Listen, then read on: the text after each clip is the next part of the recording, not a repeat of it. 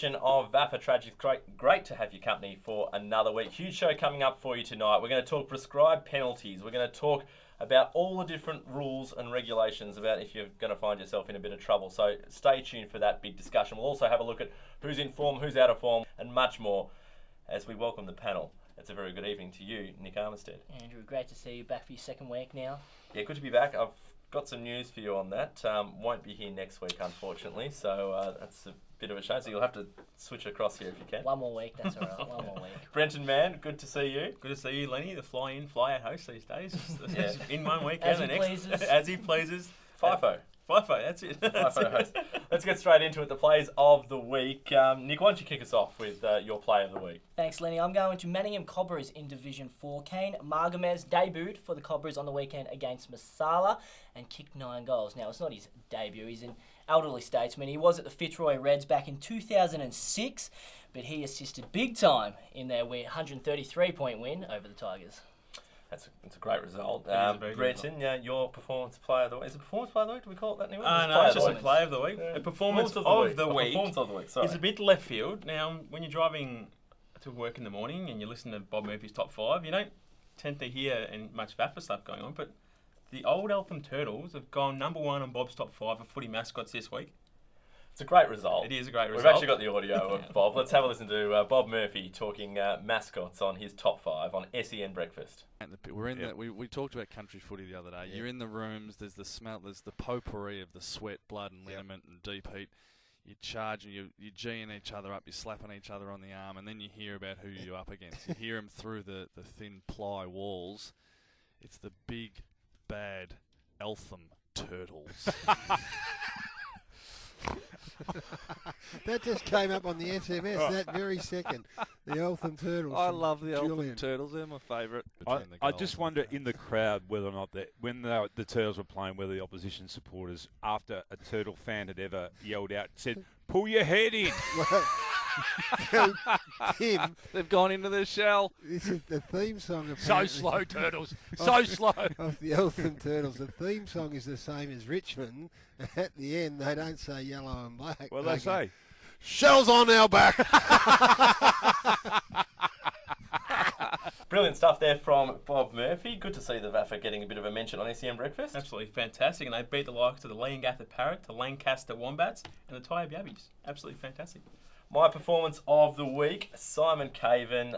Not a brilliant goal by any stretch of the imagination, but still a goal nonetheless to win the game for his side. As we look at the vision there, great role, great reaction from the crowd there at the Snake Pit as well. So St Bernard's flying. They beat the previously undefeated Old Scotch, which leaves just Old Brighton on top of Premier B. So I'm sure we'll take a look at that a bit later in the show. Certainly.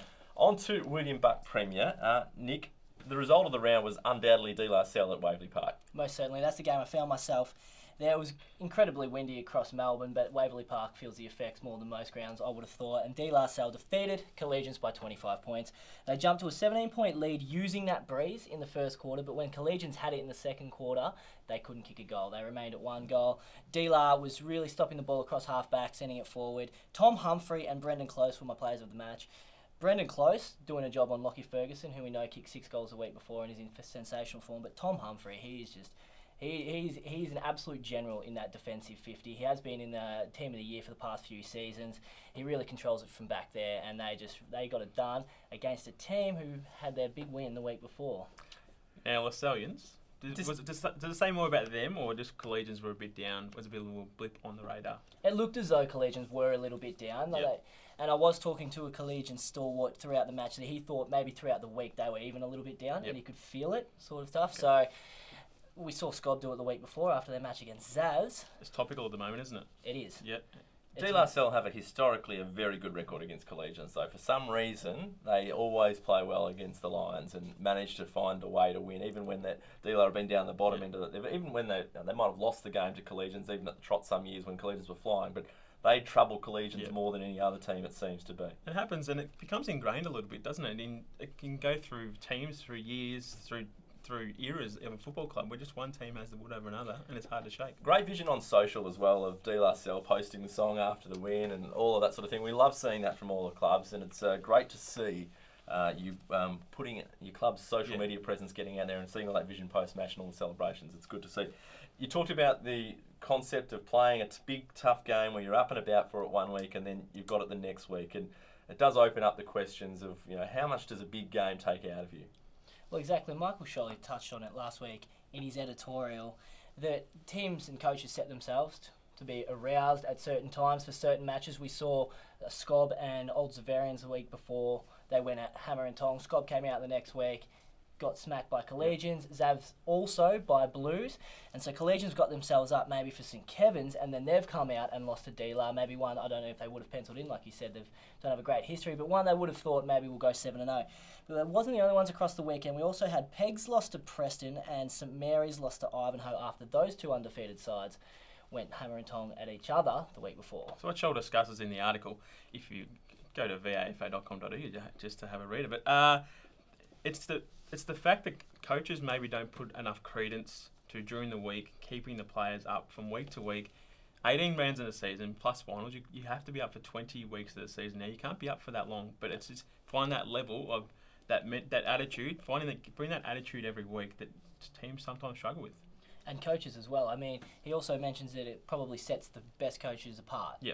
So the coaches that can cover skills, they can cover fitness, they can cover game plan, and then the mental aspect as well. Yeah. A good coach is clearly rated very highly, but I just wonder how much emphasis is on the coach in the VAFA. Invariably, and there's obvious exceptions along the way, a coach at a VAFA club's only there for 2, maybe 3 years. Yeah. Sometimes only there for 1 year, and player turnover as well is massive in the VAFA. You look at sides year to year, and there's often half the side out. From their round 18 game last year to their round 1 game this year. So massive turnover in sides. Coaches, we see high turnover. I think it's just about the cattle on the park at the day, and maybe how the boys are feeling. I think you can't help.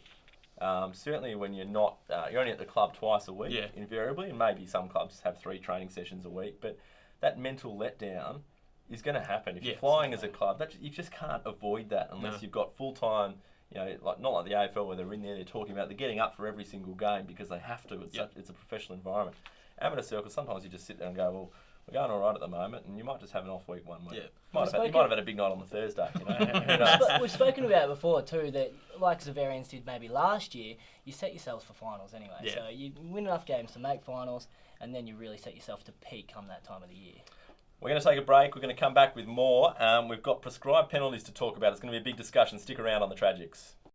Anytime is the right time to get fit at Anytime Fitness. Access over 400 gyms across the country 24/7 and discover why more Australians train at Anytime Fitness than any other gym. Go online and register now for your free 7-day pass and feel something better.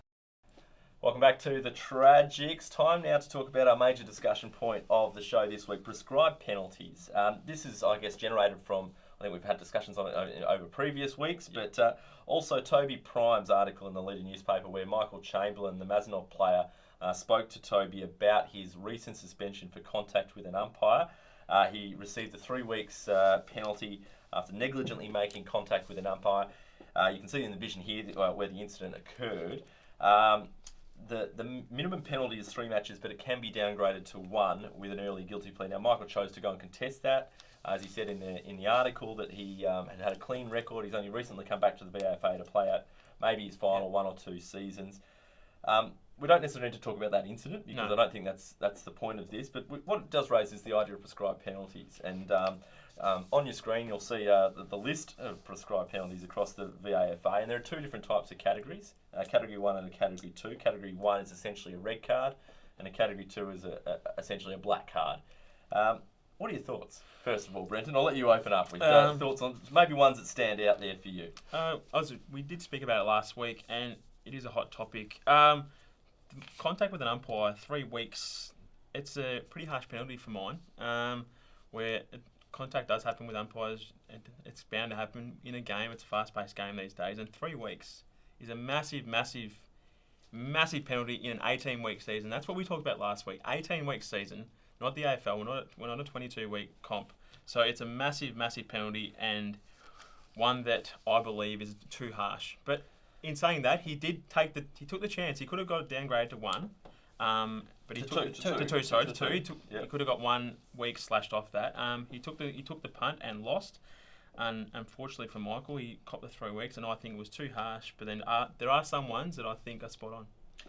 The problem with prescribed penalties, I think, and I know they're sort of assessed every year or two by the CEO and the head of footy and all that sort of thing at the VAFA to land on what the prescribed amount is.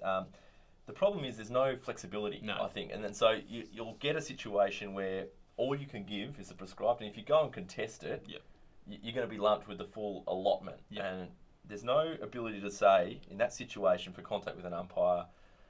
It was that he obviously saw him in the Chamberlain case last minute, and tried to avoid making heavy contact with him, so arguably moved him out of the way. You can't give it 1 week. There's no ability to give it 1 week. The only option was if you went to tribunal is 0 or 3.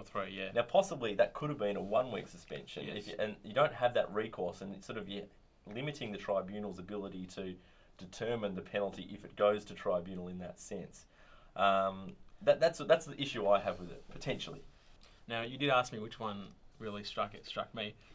Now, the ex-St Kevin's Old Boys premiership coach, Daniel Harford, he would have got 2 matches for shaking a goalpost when he climbed the goalpost at Waverley Park that day. So that's an interesting one. I've never seen a shaking of a goalpost in my time in football, but it's on the list. Well, the one I'm concerned about is disputing an umpire's decision, 2 matches. I reckon that happens most weeks out on the ground, and invariably it's just a 25-metre penalty. I don't know if anyone's been suspended under that one. Some of the other ones about prescribed penalties, and you raised a good point, Nick, when we were talking off air about this, is they've got to be 2 matches, because if you take an early plea, you still have to suspend. Exactly, so there's no recourse for getting off when you get a prescribed penalty. Now, we don't understand the reason for prescribed penalties, and it's so that the administrative burden on the VAFA and tribunal members is not there seeing multiple cases every week at the tribunal.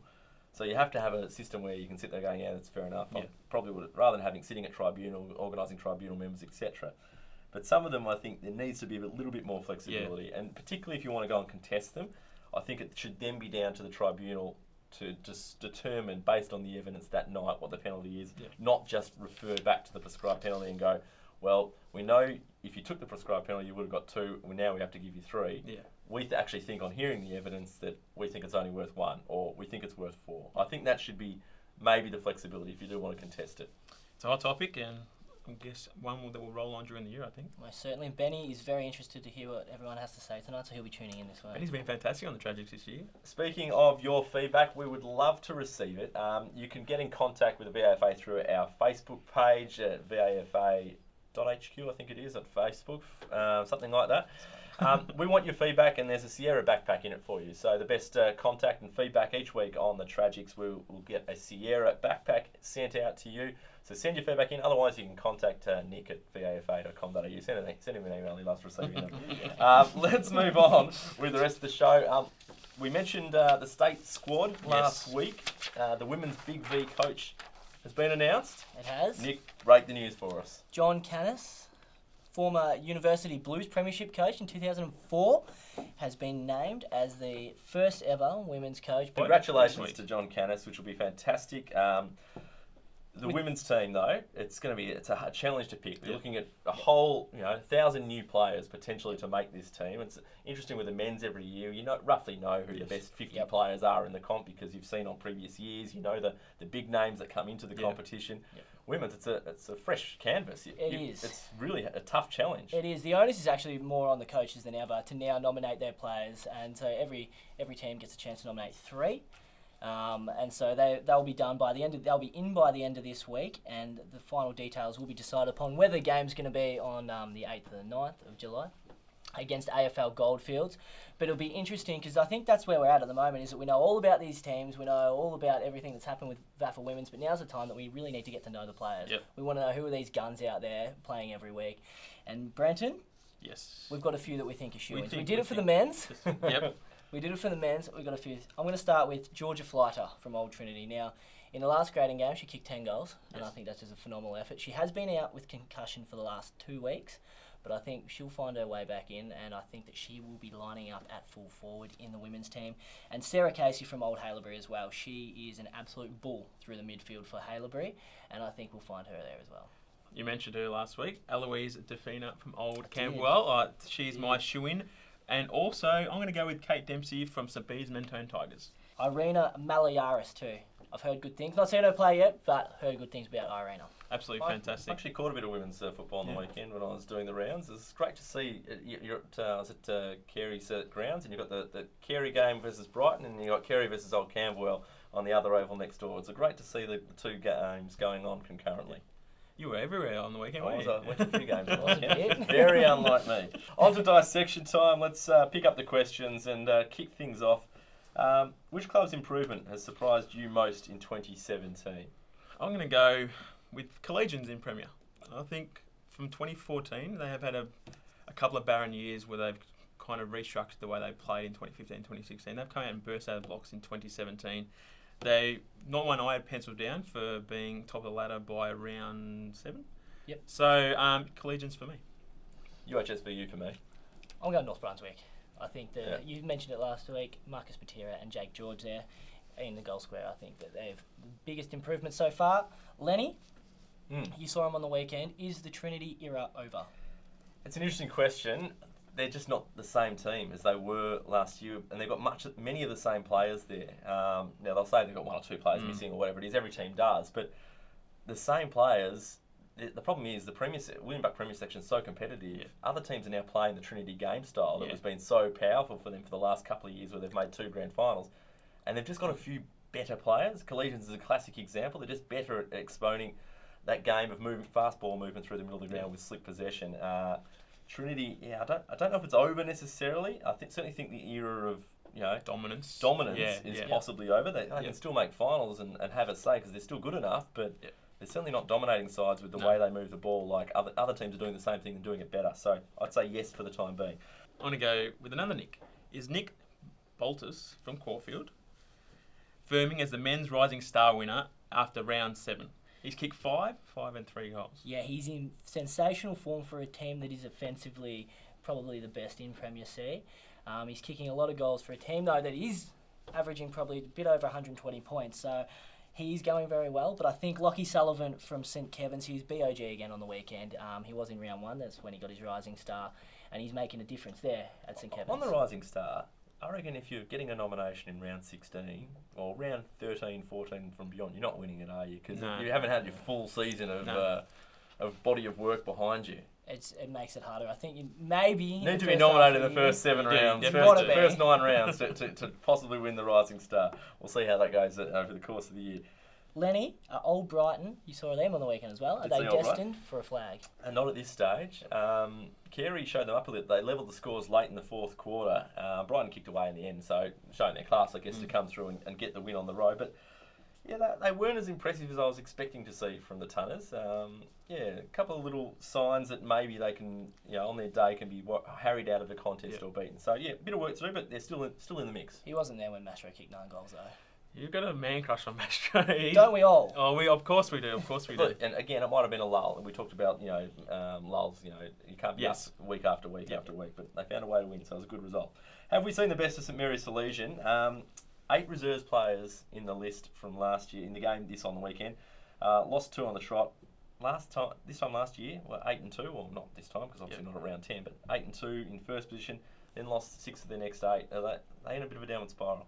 I think they are. Now, don't hate me for this, St Mary's Salesian, but I do think they are. Louis Holmes, we know, left earlier in the year, and he was really part of that 1-2 punch. But given historically they've done the same thing last year, I think we might have seen. And have a look at the Pegs of the world. Have a look at the Preston Bull Ants as well.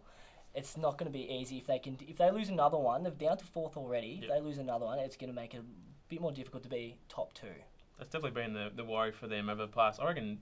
Since I've been in the VAFA the past 6 years, they did make the grand final in 2014 when they lost to Q. It's just been their ability to stay up for the entire season. Their best is good enough, but we don't see it often enough. Is this man right next to us a clairvoyant with his call on Matt Boland being the big V full forward? Oh, and you're coming back into the side and kicking bags of goals. You're not doing your chances any harm.